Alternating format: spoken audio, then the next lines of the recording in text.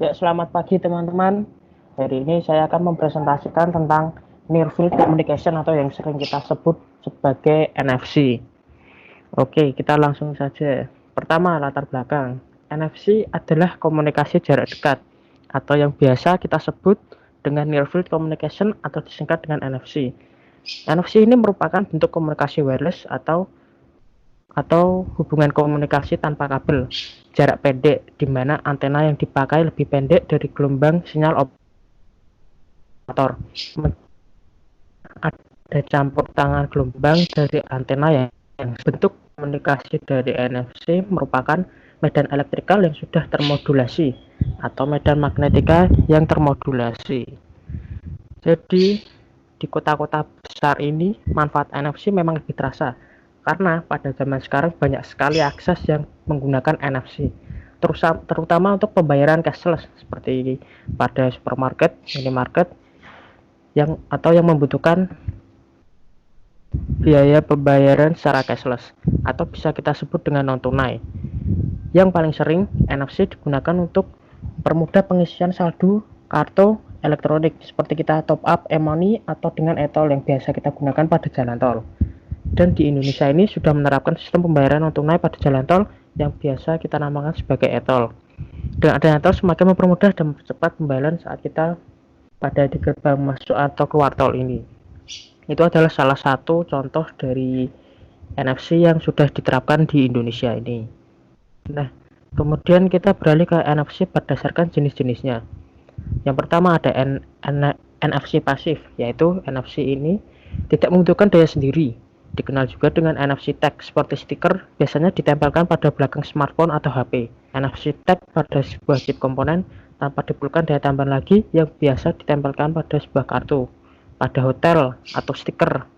NFC tag hanya berfungsi untuk menyimpan data saja yang dapat dibaca maupun ditulis atau yang biasa kita kenal dengan read atau write oleh perangkat NFC aktif.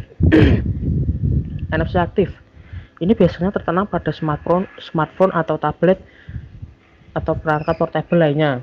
Biasanya pada produk flagship atau HP unggulan yang ada fitur NFC ini. NFC jenis ini membutuhkan daya tambahan untuk dapat berkomunikasi dengan NFC aktif lainnya atau dengan NFC pasif.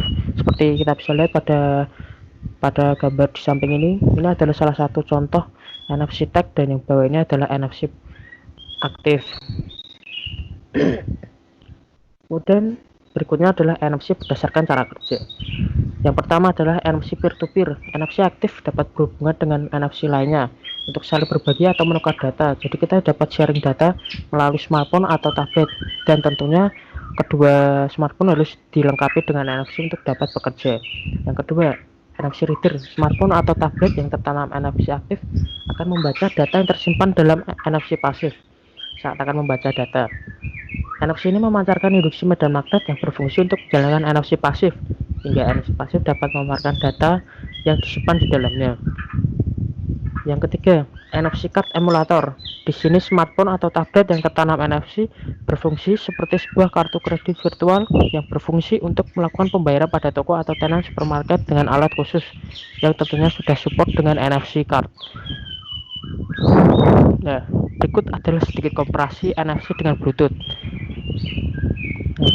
Yang pertama adalah konsumsi daya NFC lebih rendah atau bisa dikatakan dengan low energy, bahkan dibandingkan dengan Bluetooth 4.0 atau Bluetooth low energy sekalipun.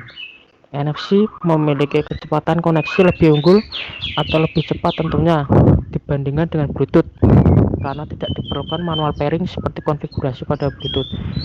Manual pairing pada Bluetooth, kita akan mengisikan kode ketika ada sebuah device yang akan menyandingkan satu sama lain. Jadi NFC kita tinggal mendekatkan satu perangkat atau menempelkannya, jadi dengan cara yang sangat cukup mudah. Nah, berikut adalah beberapa kekurangan NFC.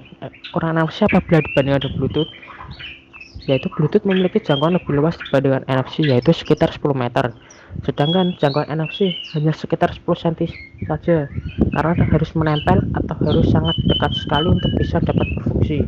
Namun ini dianggap sebagai salah satu kelebihan pada NFC apabila digunakan untuk bayar cashless, karena diyakini memiliki keamanan yang lebih unggul.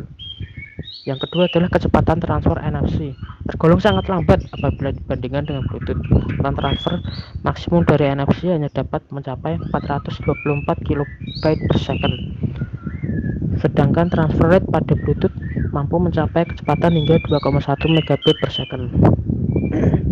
Fitur-fitur yang ditawarkan NFC yaitu: 1. Melakukan pembayaran, 2. Mengecek dan mengisi saldo e-money atau tol, 3. Pengganti karcis transportasi, 4. Kunci keamanan, dan 5. Bisa untuk transfer file. Keamanan pada fitur NFC. Penggunaan fitur ini menggunakan luas diiringi dengan perkembangan teknologi di zaman digital ini. Melalui perjalanan panjang, tercipta NFC ini sudah melewati berbagai uji tes keamanan sehingga sangat aman untuk dipakai. Jadi tidak perlu lagi dilakukan akan keamanannya.